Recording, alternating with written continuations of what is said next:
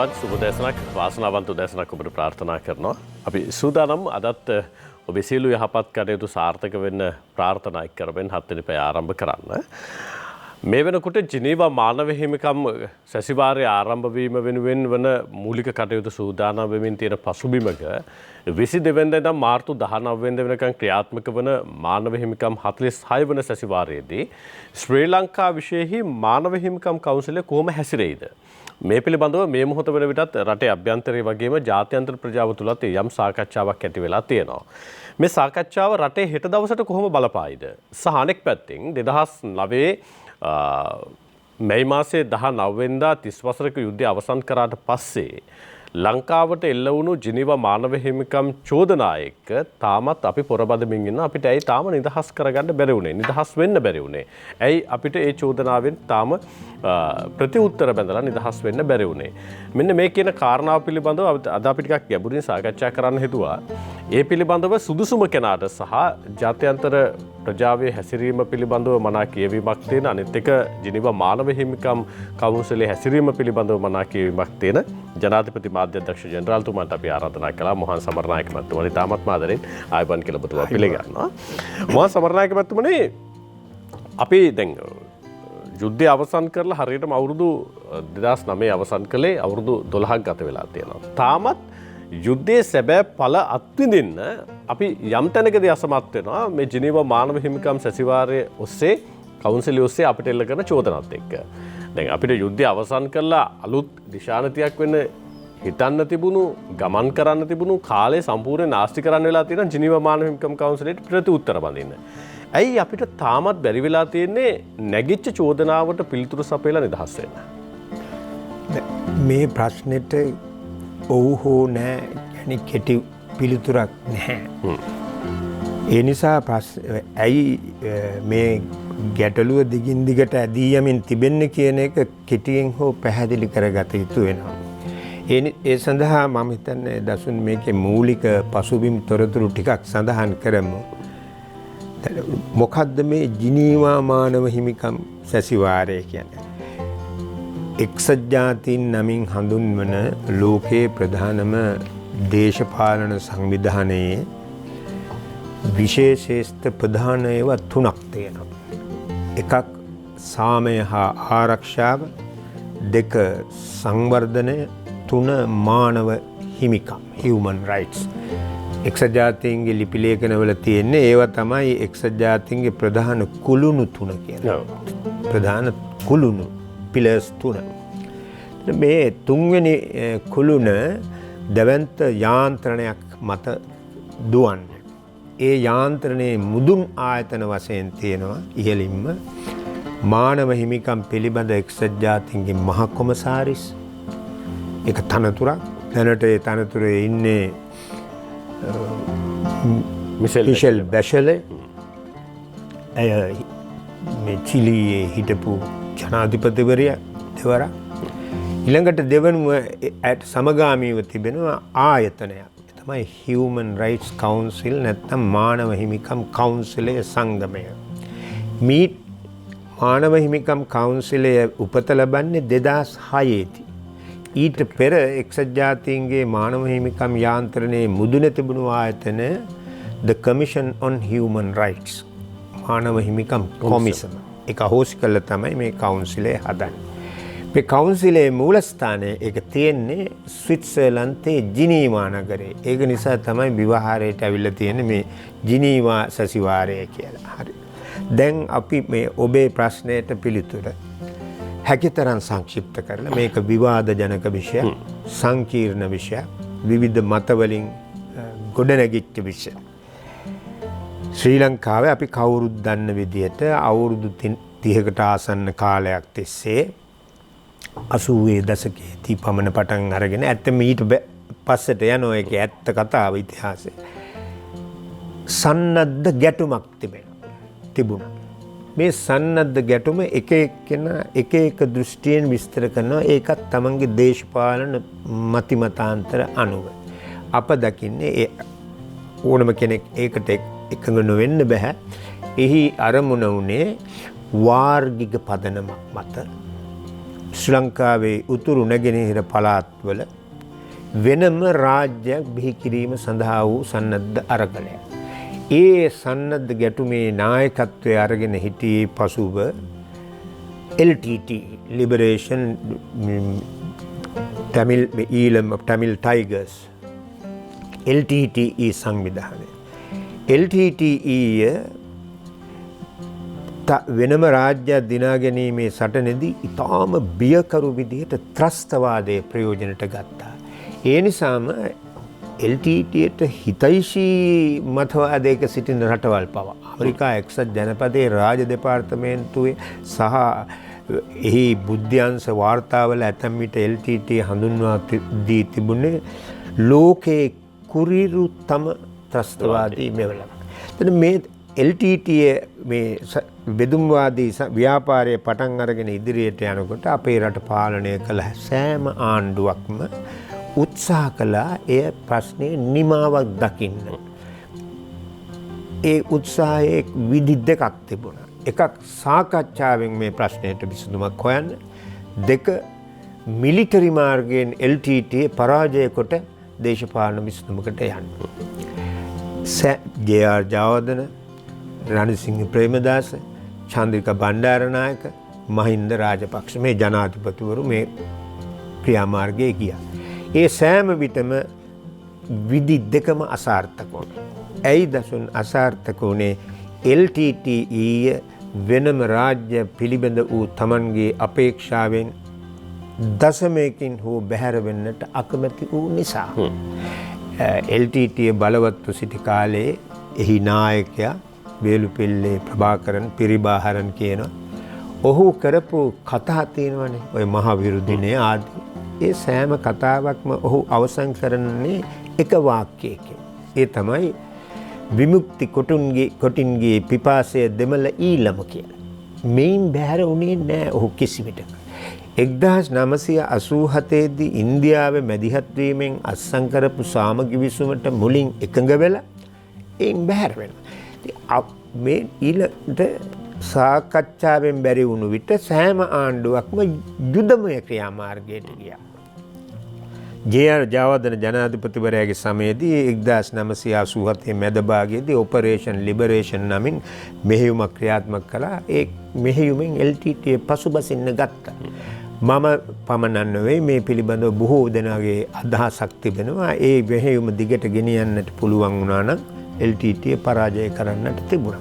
නමුත් ඉන්දියාව මැදිහත් වෙලා තමන්ගේ මිලිටරි බලය ප්‍රදර්ශනය කරලා ඒකට මුහුණ දෙන්න ලංකාවට පුළුවන්කමක් තිබුණේ නැහැ. අත කරකවල ඒක නතර කරා.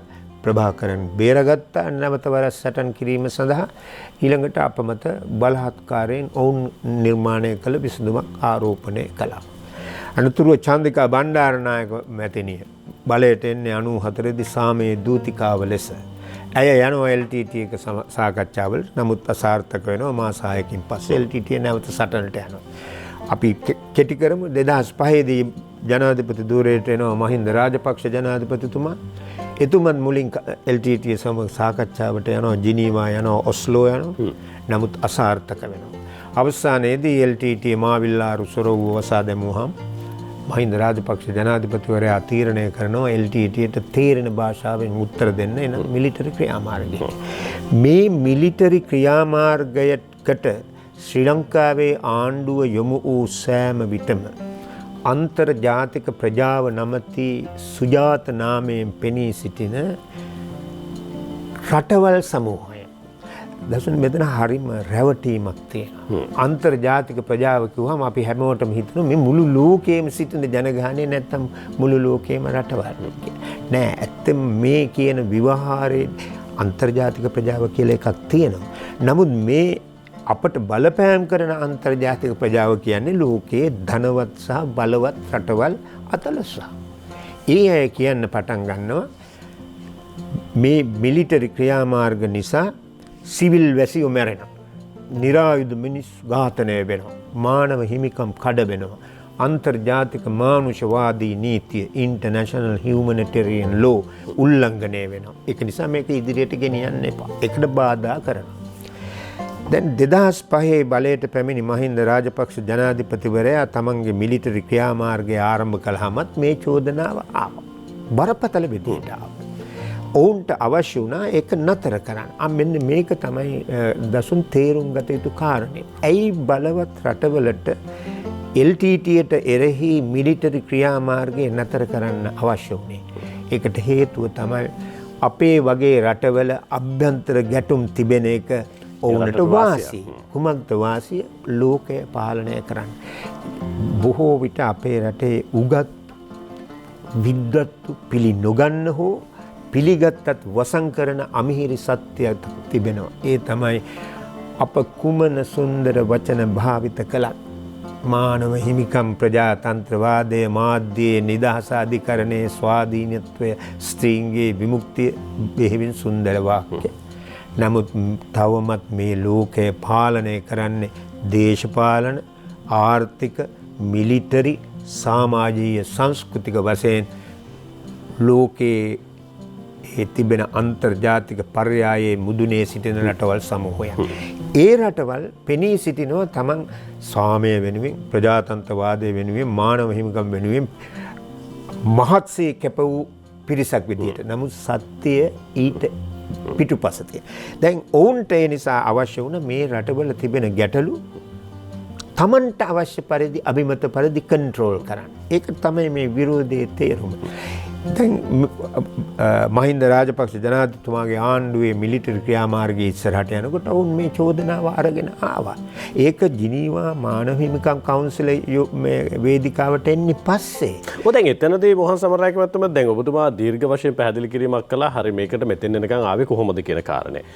මහින්ද රාජපක්ෂ ආණ්ඩුව 2005 පත් වෙලා යුද්ධයට අවතීර්ණ වෙන වේගෙන් යුද්ධෙන් පස්සේ හිමිකම් ආරක්ෂා කිරීම වෙනුවෙන් මානවයාගේ සුරක්ෂිතතාවය වෙනුවෙන් කටයුතු කළේ නැහැ කියන චෝදනාවක් එල්ලුණා. ඊ මත පදනම් වෙලා තමයි මේ ජිනීවා මානව හිමිකම් කවුන්සිලේ ක්‍රියාත්මක භාවය සිද්ධ වෙන්නේ. අර අරමුණ ඇතිව ඔවුන් මේ චෝදනාව ගෙන එන්නේ මිලිටරි ක්‍රියාමාර්ගය ආරම්භ වීමත් එක්කම. පසුව නෙවෙයි එන්නේ. පසුව තමයි ඒක ගෙනියන්නේ ආයතනික ක්‍රියාමාර්ගයකට. මානව හිමිකම් කවුන්සිලයේ ප්‍රයෝජනයට ගනිමින්. මම මේකට නිදර්ශන කියන්නම්.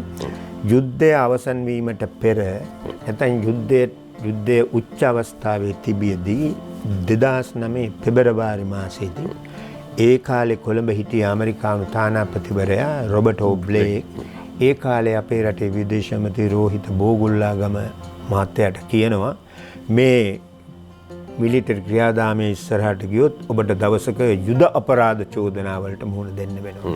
අපි හරි දරුවෙක් ශිෂ්‍යයෙක් අහගෙන ඉන්නෝ නම් පැහැදිලි කරන්න මොනවද මේ යුද අපරාධ war crimes.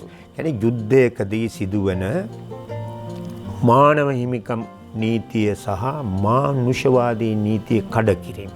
සිවිල් වැසියෝ ඝාතනය කිරීම. ඔවුන් නිරාහාරව තැබීම. වෛද්‍ය සැපයුම් නතර කිරීම. සිවිල් දේපළ වලට හානි කිරීම.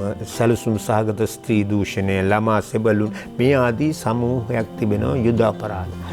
ඒ චෝදනාව එදාත් එනවා. ඉන්පසුව යුද්ධය නිම වෙන්නට ආසන්න කාලේ 2009 අප්‍රේල් මාසේ හරියට කියනවා නම් මගේ මතකයේ හැටියට 25 වගේ දවසක ලංකාවට එනවා. එදා බ්‍රිතාන්‍යයේ විදේශ ඇමති ඩේවිඩ් මිලිබෑන්ඩ් සහ ප්‍රංශයේ විදේශ ඇමති බර්නාඩ් කූෂ්ණ ඔවුන් මහින්ද රාජපක්ෂ ජනාධිපතිතුමා හමු වෙලා කියනවා your war is annihilating Tamils. ඔබේ යුද්ධය දෙමළ ජනයා සමූල ඝාතනය කරනවා. එතකොට මේ අදහස එදා ඉඳලා තිබුණා. ඉන් පස්සේ යුද්ධය අවසන් වෙන්නේ මැයි මාසේ 19 දවස් 3කට අනතුරු එනවා එදා එක්සත් ජාතීන්ගේ මහලේකම් බැන් කී මූන් ශ්‍රී ලංකාවට. ඇවිල්ලා එයා ලංකාවේදී කරන කතාවලදී කියනවා මේ මානව හිමිකම් උල්ලංඝනය වීම පිළිබඳ චෝදනාව. ඉන් පස්සේ දැන් බලන්න යුද්ධය අවසන් වෙලා දවස් 3කින් ඔහු එන්නේ. මෙතෙන්දී දසුන් අපි තේරුම් ගනිමු මේ හැසිරීම් වල තිබෙන බලවතුන්ගේ උවමනාව සංගවල තියෙන හැටි. එක්සත් ජනපදයේ කියන ඇමරිකාව සහ බ්‍රිතාන්‍ය සහ තවත් රටවල් රාශියක් එකතු වෙලා 2003 දී ඉරාකය ආක්‍රමණය කරනවා. මේ ආක්‍රමණය නිසා අද වන විට සිදුව ඇති මරණ සංඛ්‍යාව ඇතම් සංඛ්‍යාලයකට අනුව දසලක්ෂය, සමහරු 5 ලක්ෂය, සමහරු 24 ලක්ෂයක් කියනවා. අපි හිතමු ලක්ෂ 5යි කියලා. ඒත් එක්සත් ජාතීන්ගේ මහලේකම්වරයෙක් එහෙට ගියේ නැහැ. මෙහෙට එනවා. යුද්ධය අවසන් වී ශ්‍රී ලංකාවේ 2009 මැයි මාසේ 26 තිබෙනවා මානව හිමිකම් කවුන්සිලයේ විශේෂ සැසිවාරයක් ලංකාවේ ප්‍රශ්නය ගැන කතා කරන්නට. ඒ සැසිවාරයට වීඩියෝ පණිවිඩයක් එවනවා එදා හිටපු එක්සත් ජාතීන්ගේ මානව හිමිකම් මහ කොමසාරිස්වරිය නවනීදන් පිල්ලේ මහත්මිය. ඇය ඒ වීඩියෝ පණිවිඩයේදී කියනවා මේ සටනේදී ශ්‍රී ලංකාවේ ආරක්ෂක හමුදා යුද අපරාධ කළ බවට පිළිගත හැකි සාක්ෂි තියෙනවා. ක්‍රෙඩිබල් එවිඩන්ස්. ඒතර මේක හරිම විස්මයජනකයි නේද? දවස් 6ක් 7ක් යනකොට මහ කොමසාරිස්වරිය මේ මහා සංකීර්ණ ගැටලුවේ සාක්ෂි විභාග කළා ඉවරයි.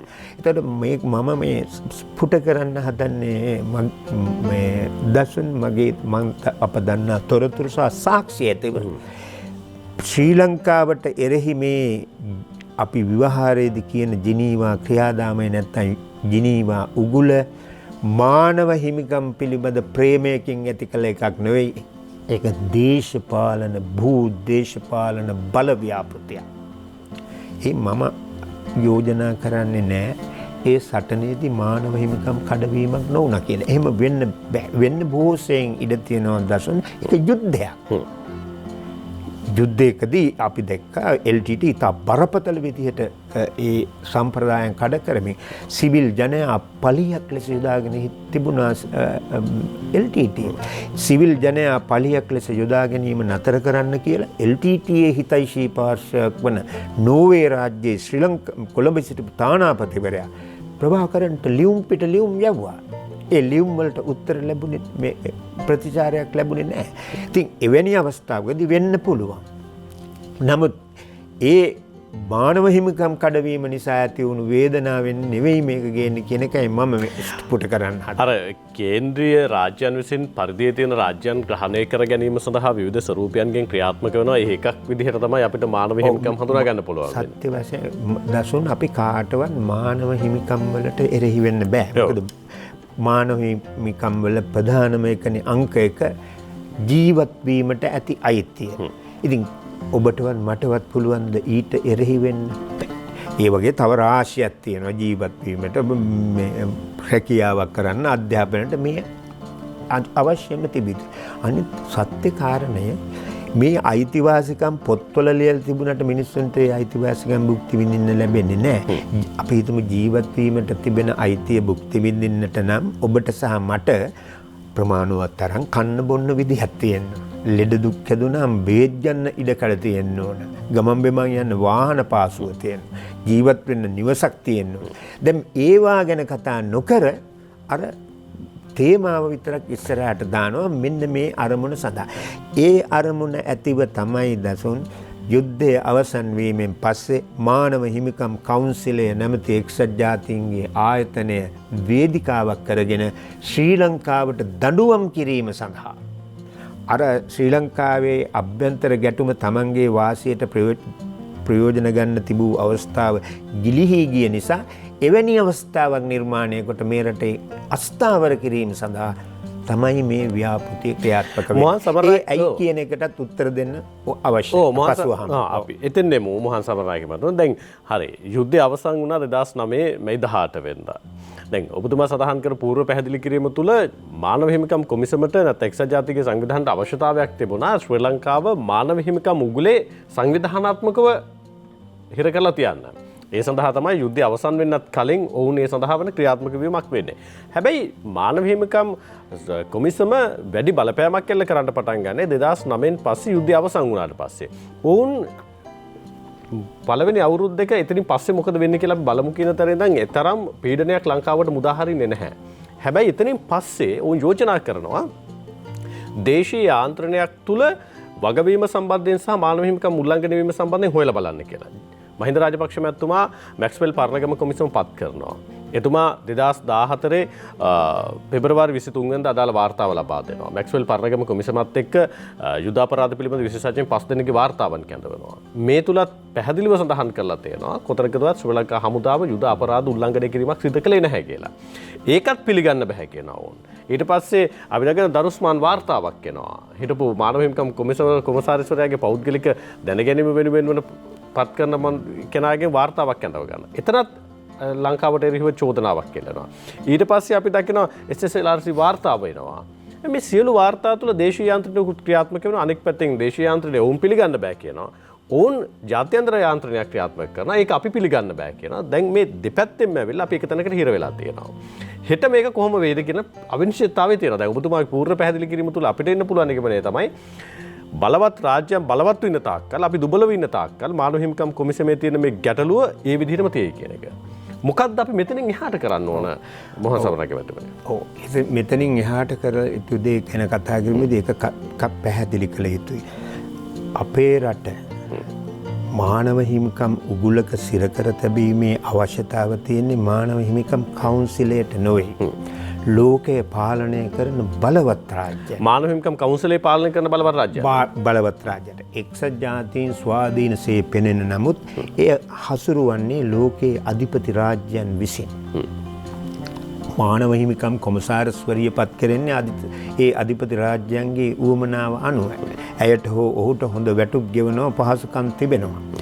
එතකොට මේ ඇයි ඒ අවශ්‍යතාව කියන එක? මොකද දසුන් මෙහෙම එක වේදිකාවක මේ වගේ රූපවාහිනී සේවාවක් කර කණ්ඩායම් සාකච්ඡාවකදී විශ්වවිද්‍යාල ආචාර්යවරයෙක් මගෙන් අහනවා මොකද්ද ලංකාවට මෙහෙම බලපෑම් කරන්න තියෙන උවමනාව? ලංකාව පොඩි රටක්, ධනවතෙක් නෙවෙයි, තෙල් නෑ, ගල් ලඟුරු නෑ. මොකද්ද හේතුව? හේතුවක් තියෙනවා. ඒ හේතුව තමයි වාසනාවට හෝ අවාසනාවට ලංකාව පිහිටා තිබෙන තැන. ඒ අනුව මේ ලංකාවේ භූගෝලීය පිහිටීම උපාය මාර්ගික, ඒ කියන්නේ යුද්ධ කිරීමේදී අතිශය වැදගත් තැන. ඊළඟට පෙර අපර දෙදිග වාණිජ ගනුදෙනුවලදී, නාවික ගමන් බිමන් වලදී, ආර්ථික ක්‍රියාකාරකම් වලදී මේක කේන්ද්‍රයක්, නාභයක් බවට පත් වෙනවා. මට මේක පැහැදිලි කරන්න උදාහරණ දෙකක් දෙන්න. මහින්ද රාජපක්ෂ ජනාධිපතිතුමාගේ කාලේ මේ සාමුද්‍රීය ආරක්ෂාව, මැරිටයිම් සිකියුරිටි ගැන කතා කිරීම සඳහා එක්තරා සංවාද මණ්ඩපයක් නිර්මාණය කළා. ඒකේ නම ගෝල් ඩයලොග්. ඒක ගාල්ලේ නෙමෙයි තිබුණේ, කොළඹ තියෙන්නේ. නමුත් කිව්වේ ගෝල් ඩයලොග්. 2010 දී ගෝල් ඩයලොග් සංවාදයේ ප්‍රධාන ආරාධිත දේශකයා විදිහට එන්නේ ඇමරිකා එක්සත් ජනපදයේ ඉන්දු ශාන්තිකර කලාපීය නාවික හමුදා බලෑනියේ අනදෙන නිලධාරියා. ඔහුගේ නම ඇඩ්මිරාල් හැරි හැරිස්. ඔහු කියනවා තමන්ගේ කතාවේදී ශ්‍රී ලංකාව හේතු 3ක් නිසා වැදගත් වෙනවා කියලා. ස්ට්‍රැටජිකලි හේතු 3 ඔහු කියපු ආකාරය. අංක 1 පිහිටීම, අංක 2 පිහිටීම, අංක 3 පිහිටීම. කෙනෙකුට තර්ක කරන්න පුළුවන් මොහොත සමරනාගේ මැතිතුමනි, ලෝකයේ මේ වෙනකොට තාක්ෂණය පුදුම විදිහට දියුණුවයි. පැයට කිලෝමීටර් 10500 වේගී යන මිසයිල නිර්මාණය කරලා තියෙනවා. මෙතන ඉඳන් ඇමරිකාවට ප්‍රහාර එල්ල කරන්න පුළුවන් තරම් මිසයිල නිර්මාණය කරලා තියෙනවා. ඒ පසුබිමක් තුල ලංකාව තාම ඔය කියන පැහැදිලි කිරීම තුළ වළංගුද කියන කාරණේ. මේ එහෙම පැහැදිලි, එහෙම වළංගු නැත්නම් අර වගේ මිලිටරි නායකයෙක් ඒ ප්‍රකාශය කරන්නේ නැහැනේ. රොබර්ට් කප්ලාන් නැමැති විචාරකයා ලියපු ග්‍රන්ථයක සඳහන් වෙනවා ඉදිරි මේ 21 වෙනි සියවසේදී ශ්‍රී ලංකාව කොයිතරම් උපාය මාර්ගික සහ වාණිජ වශයෙන් වැදගත්ද කියන එක. ඒක ඒගොල්ලෝ දන්නවා. මිසයිල් හැතැම් කිලෝමීටර් 2500ක් යවන්න පුළුවන් වුණු පමණින්ම ප්‍රමාණවත් නෑ. ඒ සඳහා ඒගොල්ලන්ට යම් යම් පහසුකම් අහස යන ගුවන් යාන වලට ආයි තෙල් ඕන වෙනවා. මේ විදිහේ අවශ්‍යතාව තිබෙනවා. ඉතින් මම යුද විශේෂඥයෙක් නෙවෙයි. ඊළඟට අපිට ගන්න පුළුවන් සාක්ෂි තමයි ඔවුන්ගේම ලිපි වලින් ඇමරිකා එක්සත් ජනපදයේ, බ්‍රිතාන්‍ය, යුරෝපයේ බලවත් රටවල විදේශ ප්‍රතිපත්ති, ආර්ථික ප්‍රතිපත්ති තීරණය කරන්නේ ආවට ගියාට නොවේ. අපි ඒකත් ඕන ඊටම කල්පනා කරලා බලලා විශ්ලේෂණය කරලා විද්‍යාත්මකව තමයි ඒක තීරණය කරන්නේ. ඒ රටේ විදේශ ප්‍රතිපත්තියට උපදෙස් දෙන think tank කියලා කියන්නේ බුද්ධි මණ්ඩල රාශියක් තියෙනවා. මේවා ලිපි ලේඛන කියවලා බලන්න දසුන් ඒවා පැහැදිලිව කියනවා ලංකාවේ තියෙන මේ ස්ට්‍රැටජික් ඉම්පෝටන්ස් එක. ඇයි දැන් අපේ මේ වත්මන් ජනාධිපතිතුමා බලයට පත්වලා තාම අවුරුද්දක් වගේනේ අවුරුද්දයි ටිකයි ගෙවිලා. මේ අවුරුද්ද ඇතුළත ඔබ දුටුවා නේද කීවරක් ආවද ඇමරිකාවේ ප්‍රධානීන් අන්තිමට ආවේ මයික් පොම්පෙයෝ හිටපු රාජලේකම්වරයා. ජපානය, රුසියාව, චීනය, ඉන්දියාව. මොකටද මේ එන්නේ? අර කියන වැදගත්කම නිසා. තව එක උදාහරණයක්. යහපාලන ආණ්ඩුව තිබුණු කාලේ 2015 මැයි මාසේ ලංකාවට ආවා එදා ඇමරිකාවේ රාජලේකම් ජොන් කෙරි. ඔහු දේශනයක් කරනවා ලක්ෂ්මන් කදිරගාම ආයතනයේ. ඒ දේශනයේදී ඔහු කියන්නේ ලංකාව ගැන මොකද්ද? මේ රට තමයි පෙර අපර දෙදිග නාවික සහ වාණිජ කටයුතු වල නාභිය.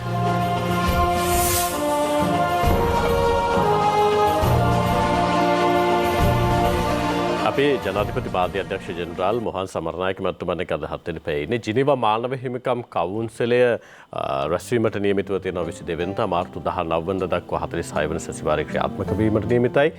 මේ ජිනීවා මානව හිමිකම් 46 වන සැසිවාරය තුළ ශ්‍රී ලංකාවට එල්ලවන පීඩනය පිළිබඳව ශ්‍රී ලංකාව විශේෂ ක්‍රියාත්මක වන්නේ කොහොමද කියන කාරණය පිළිබඳව පූර්ව නිගමනයක් රජයට තියෙනවා. මේ වෙනකොටත් යම් ක්‍රියාමාර්ග අරන් තියෙනවා. ඒ පිළිබඳව අපි සාකච්ඡා කරන්නේ.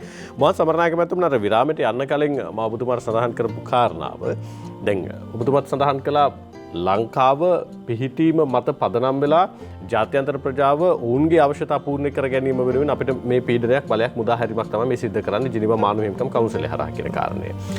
අපි ඒකේ නිදහස් වෙන්න සහ අනෙක් පැත්තෙන් අපි බලවත් රාජ්‍යයක් වෙනකන් මේ පීඩනයෙන් අපිට ගැලවෙන්න නොහැකි වෙයි. හැබැයි මේ වෙලාවේ ලංකාවට එල්ල වෙලා තියෙන පීඩනයෙන් අපි නිදහස් වෙන්න, චෝදනාවෙන් නිදහස් වෙන්න මේ වෙනකොට අපි මොකක්ද අරගෙන තියෙන ක්‍රියාමාර්ගය? දැන් මම මෙතෙක් කිව් කරුණු තනි එක වාක්‍යයකට නැවත ගොනු කළොත් මේ ක්‍රියාදාමයේ හැඳින්වීමේදී පාවිච්චි කරපු වචන මාතෘකාවක් තියෙනවා. ඒ තමයි promoting accountability, reconciliation and human rights in Sri Lanka.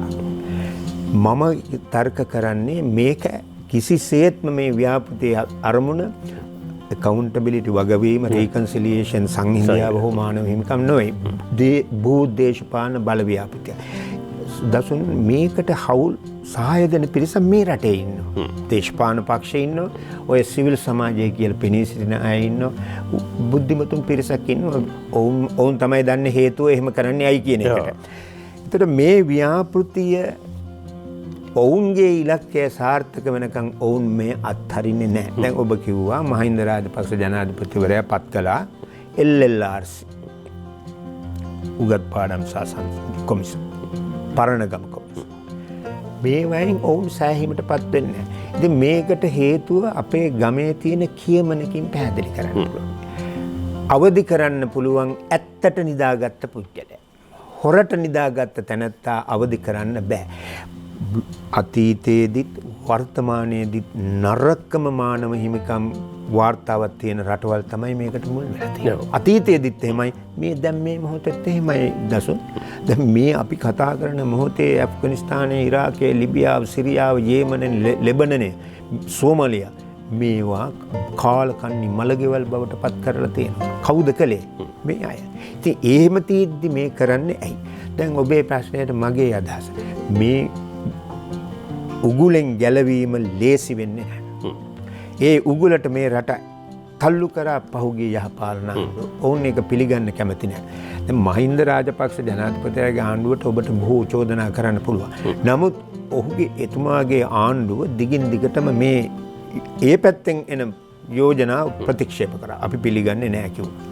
නමුත් යහපාලන ආණ්ඩුව අපේ රටේ හමුදා LTTE සමග සටනේදී යුදාපරාධ කළාය කියන චෝදනාව ඇතුළත් ඒ රෙසලූෂන් එක යෝජනාව ඒක ප්‍රසිද්ධයි 31 යෝජනාව කියලා 2015 ඔක්තෝබර් 1 සම්මත වෙන.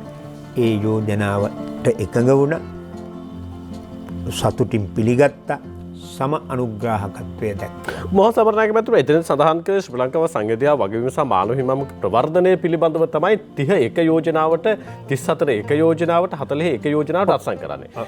දැන් ලංකාව ඒකින් ඉවත් වෙන්න තීරණය කරලා තියෙනවා 40 වන සැසිවාරයේදී. මේ වෙලාවේ දැන් එක පැත්තකින් අපේ යාන්ත්‍රණය උන් පිළිගන්නෙත් නැහැ උන්ගේ යාන්ත්‍රණය අපි පිළිගන්න සූදානමකුත් නැති තත්ත්වයක් නේ තියෙන්නේ. ඒතර මේ වෙලාවේ දැන් අපි මේ වගවීම සම්බන්ධයෙන් වෙන ඒකාබද්ධ යාන්ත්‍රණයට අත්සන් කරන එකකින් ප්‍රතික්ෂේප කරලා අපි එළියට ඇවිල්ලා ඉන්නවා. අපි ඉස්සරහට යන්නේ මොකද්ද? ඉස්සරහට කරන්නේ මොකක්ද? මෙවර සැසිවාරයේදී මේකත් පලිහක් කරගෙන ලංකාවට පීඩනය කෙල්ල කරන්න සූදානමක් නැද්ද? ඒක තමයි මේ වෙමින් තිබෙන්නේ. ඔවුන් මේ තව කරුණ කියනවා. ශ්‍රී ලංකාව 40 වෙනි සැසිවාරයේදී ඉවත් වුණේ මේ යෝජනාවෙන් නෙවෙයි. මේ යෝජනාවෙන් ඉවත් වෙන්න බෑ. එහෙම කියන එකේ තේරුමක් නැහැ. ඉවත් වුණේ අර යහපාලන ආණ්ඩුව ගත්ත තීරණය කුමක්ද?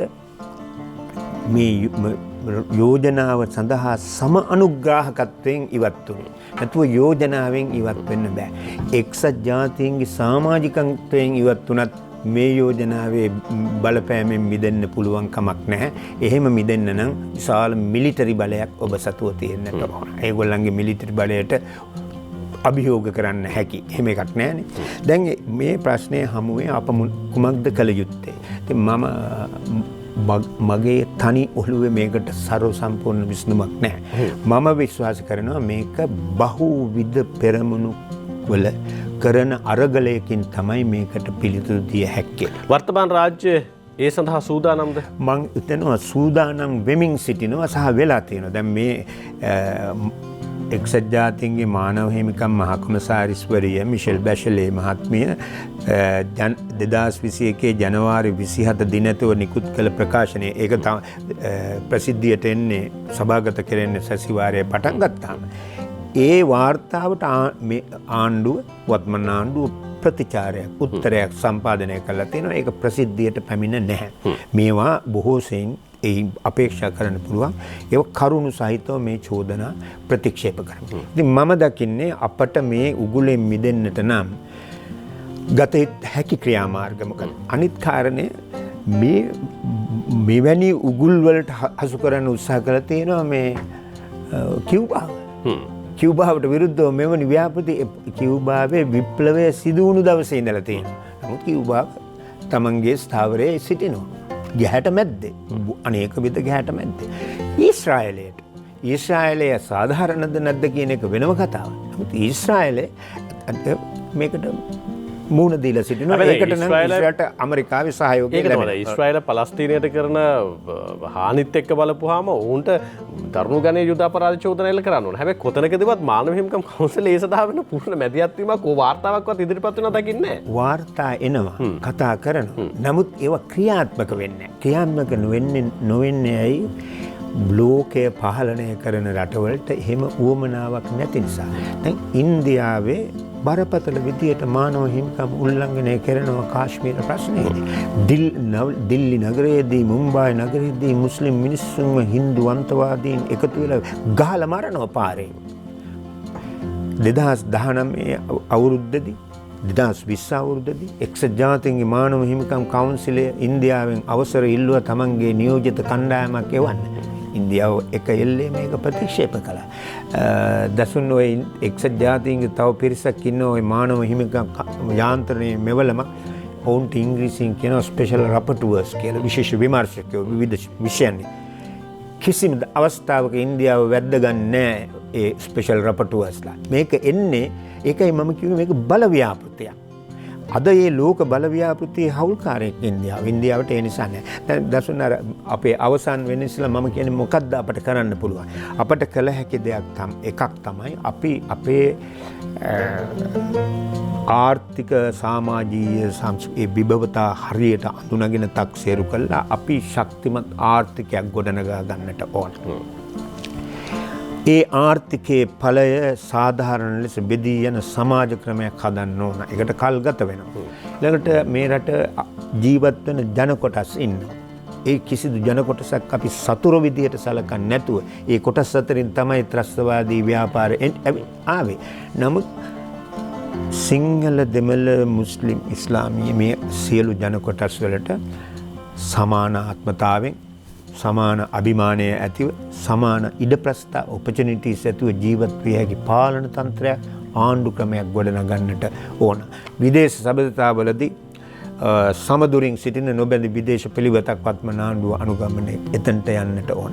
ඊළඟට ශ්‍රී ලංකාවේ ඇත්ත වශයෙන් මොකද්ද උනේ බෙදුම්වාදයට එරෙහිව තමයි මේ සටන ගෙන ගියේ. ඕනෑම රටක සන්නද්ධ ව්‍යාපාරයක් මත වුණොත් ඒ රට දෙකට කිරීම සඳහා ඒ රාජ්‍යයේ වගකීමක් පැහැර හැරිය නොහැකි වගකීමක් තමයි රාජ්‍යය එකට තබා ගැනීම. ඒක ලෝක පිළිගත් සිද්ධාන්තයක්. දැන් මේ 31 යෝජනාව ගෙනෙන්න මුල් වෙන්නේ ඇමරිකාවනේ. දසුන් 1860 ගණන් වල ඇමරිකාවේ මේ ප්‍රාන්ත 13ක් වෙන් වෙලා යන්න හදන සංගමයේ යූනියන් එකෙන්. ඒකට සාකච්ඡා කළාද? ඉඩ දුන්නද? ඒබ්‍රහම් ලින්කන් ජනාධිපතිවරයාගේ යටතේ ඒකට විරුද්ධව සටන් කරනවා. ලක්ෂයකට අධික පිරිස් මිය ගියා. ඒබ්‍රහම් ලින්කන් ඇමරිකානු ඉතිහාසයේ වීරයෙක්. ඊට පස්සේ ඒ සටන නායකත්වය දුන්නේ යුලිසිස් එස් ග්‍රාන්ට් සෙනෙවියා. ඔහු වීරයෙක්. ඔහු පසුව ඇමරිකාවේ ජනාධිපතිවරයෙක්. එතකොට ශ්‍රී ලංකාව සටන් කළේ කුමකටද කියන එක දෙමළ ජනයාට හෝ වර්ගයකට එරෙහිව නොවේ. ඒ සටන යද්දී කොළඹ නගරයේ දෙමළ ජනයා සාමකාමීව ජීවත් වුණා. ඒකට නොවේ. යුද්ධය අවසන් වීමෙන් පස්සේ උතුරු නැගෙනහිර විශාල වශයෙන් යටිතල පහසුකම් දියුණු කළා. අඩුපාඩු තියෙනවා චෝදනා කරන්න පුළුවන්. එතකොට මෙන්න මේ සටන කලේ මෙන්න මේකට කියන්නේ අපි ලෝකේ රටවලට නිවැරදි විදිහට ඒත්තු ගන්නන්න ඕන. මේ ව්‍යාපෘතියේදී අපිට සම්බන්ධ වෙන රටවල් එක්සත් ජාතික සමාජික සහ මානව හිමිකම් කවුන්සිලේ රටවල් ගත්තාම ඇතැම් රටවල් හිතාමතාම අපිට විරුද්ධයි. මොන දේ කළත් විරුද්ධයි. ඒ රටවලුත් යම් ප්‍රමාණයකට නිහඬ කරන්න පුළුවන් ප්‍රසිද්ධ වේදිකාවලදී මේ ඇත්ත කතාව කියන්නේ. අන්නේ ප්‍රසිද්ධ වේදිකාවලදී කියන්න ඕන ඇත්ත කතාව අපි මේ දක්වා කියලා තියෙනවා. අපි අවුරුදු දැන් 12යිනේ LTD ත්‍රස්තවාදයට උදව් කරන කුඩ ඩයස්පෝරාව ජිනීවා මානව හිමිකම් සැසිවාරය පැවැත්වෙන්න ආරම්භ කරන්න පෙබරවාරි වල නම් ඔවුන් මේ පෙබරවාරි මාර්තු 19 අවසන් වුණාට පස්සේ ඔවුන් මාර්තු 20 ඉඳන් ඊළඟ 47 වන සැසිවාරය සඳහා සූදානම් වෙනවා. සාක්ෂි එකතු කරනවා, වීඩියෝ පට සකස් කරනවා, රටවල් දැනුවත් කරනවා, තානාපතිවරුන් මුණ ගැහෙනවා, අර පොකට් මීටින් සූදානම් කරනවා, අනුසාංගිකව තියෙන සැසිවාරය සඳහා අවශ්‍ය කරන ඉඩ ප්‍රස්තාව නිර්මාණය කරගන්න. අපි එහෙම එකක්වත් කළා තියෙනවා. අපි ආරම්භයේදී කොහොමවත් ප්‍රමාණවත් විදිහට ප්‍රතිචාර දැක්ුණේ නැහැ. නමුත් කෙමෙන් ඒ අඩුපාඩු හදා ගනිමින් දැන් යමින් තිබෙනවා. මම උදාහරණයක් කියන්න. මුල් කාලෙදී ශ්‍රී ලාංකිකයෝ විරෝධතා දැක්වේ නෑනේ ජිනීවා මානව හිමිකම් කවුන්සිල් කාර්යාලයේ ඉස්සරහ. දැන් අද වෙන විට එතනට අපි ඇවිත් තිබෙනවා. දැන් සක්‍රීය ලෙස යම් ප්‍රමාණයකට ගමන් කරමින් සිටිනවා. තව ප්‍රමාණවත් නැහැ. දැන් නිදර්ශනයක් ලෙස මේ ගමනේදී පසුබැසීම් ඇති වුණා. පසුබැසීමක් තමයි ප්‍රධානම යහපාලන ආණ්ඩුව අර සතුරාගේ ව්‍යාපෘතියට එකඟ වීම. ඒක නිසා විශාල පසුබැස්මක් ඇති වුණා. දැන් එසේ වීම නිසා ඊට කලින් ශ්‍රී ලංකාව වෙනුවෙන් පෙනී සිටි රටවල් බැඳගත්තා. අකුල ගත්තා. ඇයි ඔබට එපා නම් අපිට ඇයි කියලා. ඒක ස්වාභාවිකයිනේ. ඒ නිසා මම ඊළඟට යෝජනා කරන්නේ අපි මේ ඇත්ත කතාව කියන්නට ඕන. ඒ ඇත්ත කතාවේදී නොවෙනස් වන සතුරාට කියනවා.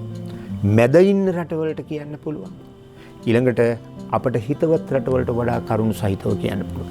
මෙහිදී අපිට කියන්න පුළුවන් තව කරුණක් තියෙනවා. මේ ක්‍රියාදාමය එක්සත් ජාතීන්ගේ මූල ධර්ම වලට පටහැනි. අපට වෙලාව තියෙනවා කෙටියෙන් පැහැදිලි. නිදර්ශන දෙකක්. එක්සත් ජාතීන්ගේ ව්‍යවස්ථාව තමයි එක්සත් ජාතීන්ගේ ප්‍රඥප්තිය. ප්‍රඥප්තියේ පළවෙනි පරිච්ඡේදයේ දෙවෙනි වගන්තියේ තියෙනවා එක්සත් ජාතීන් ක්‍රියාත්මක වන මූල ධර්ම ප්‍රින්සිපල්ස් 7. එයින් එක තමයි ජාතීන්ගේ ස්වෛරී සමානතාව. හැම ජාතියක්ම ස්වෛරීත්වයේ ස්වාධීනත්වයේ අතින් සමානයි. දැන් මෙතනදී මේ ක්‍රියාදාමයේදී ඒක උල්ලංඝනය කරලා තියෙනවා. ලංකාවට ඒක විදියකට සැලකනවා, ඊශ්‍රායලයට තව විදියකට, ඉන්දියාවට තව විදියකට, ඇමරිකාවට තව විදියකට. බ්‍රිතාන්‍යයේ හිටපු අගමැති ටෝනි බ්ලෙයාර් ගැන ලොකු වාදයක් තියෙනවා යුරෝපයේ. අපි ජනාධිපති මාධ්‍ය අධ්‍යක්ෂ ජෙනරාල් මොහන් සමරනායක මැතිතුමන් එක්ක හත්වෙනි පැයේ ඉන්නේ අවසන් විනාඩි දෙකේ අපි ඉන්නේ මොහන් සමරනායක මැතිතුමනේ. දැන් ඇත්තටම මෙවර මිෂෙල් බැචලේ මහත්මිය ඉදිරිපත් කරලා තියෙන වාර්තාවත් බලපුවම අර ඔබතුමා විරාමයට යන්න කලින් පැහැදිලි කරපු සියලු උල්ලංඝනයන් සිද්ධ කරලා තියෙනවා. ඒ වාර්තාව අපිට කොහොම බලපායිද? මේ වාර්තාව මේ ක්‍රියාදාමයේ බලපෑමම තමයි මේ ඉනුත් නියෝජනය කරන්නේ.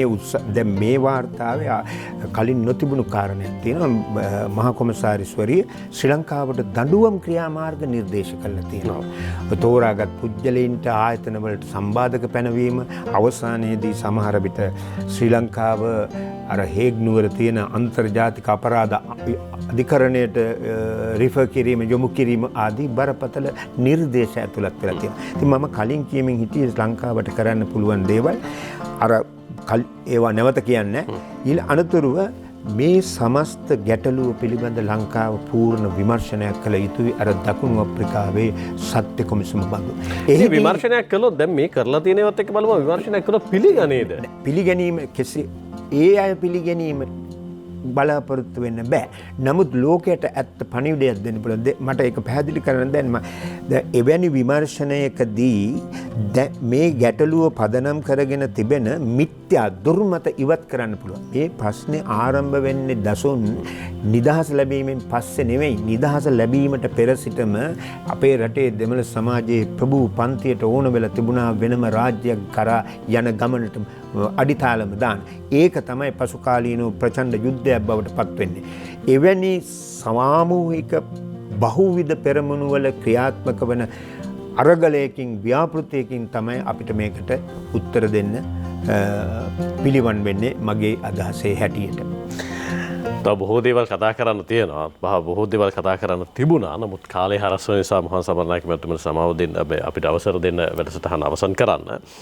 මිෂෙල් බැෂලි මහත්මියගේ වාර්තාව තුළ රටේ ස්ථෛරීත්වය සහ රටේ බහුමික අඛණ්ඩතාවය වෙනුවෙන් වන ක්‍රියාත්මක වීමට බාධා ඉල්ලන තැන් බොහොමයක් තියෙනවා. අපි ඉදිරියේදීත් මුණ ගැහිලා මේ පිළිබඳව කතා කරමු මොහන් සමරනායක මැතිතුමනි.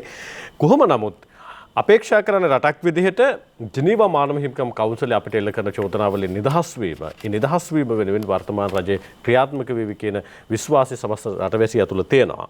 ඒ තුළ ඔබතුමාලාගේ බාරදූර කාර්යභාරයක් තියෙනවා. ඔබතුමාලත් එක්ක ඉටු කරමින් ඉන්නවා. ඒක තවත් ශක්තිය ඉටු කරලා ශක්තිය ධෛර්ය ලැබෙන්න කියලා ප්‍රාර්ථනා කරනවා. බොහොම ස්තුතියි. ආයුබෝවන් ඔබතුමන්ට ජනාධිපති මාධ්‍ය අධ්‍යක්ෂ ජනරාල් මොහන් සමරනායක මැතිතුමනි. අපි සමුගන්නවා යලමුණ ගැහිම සඳුදා උදේ 7ට 7 වෙනි පැයෙන්. බොහොම ස්තුතියි. සුබ දවසක් ඔබට. ආයුබෝවන්.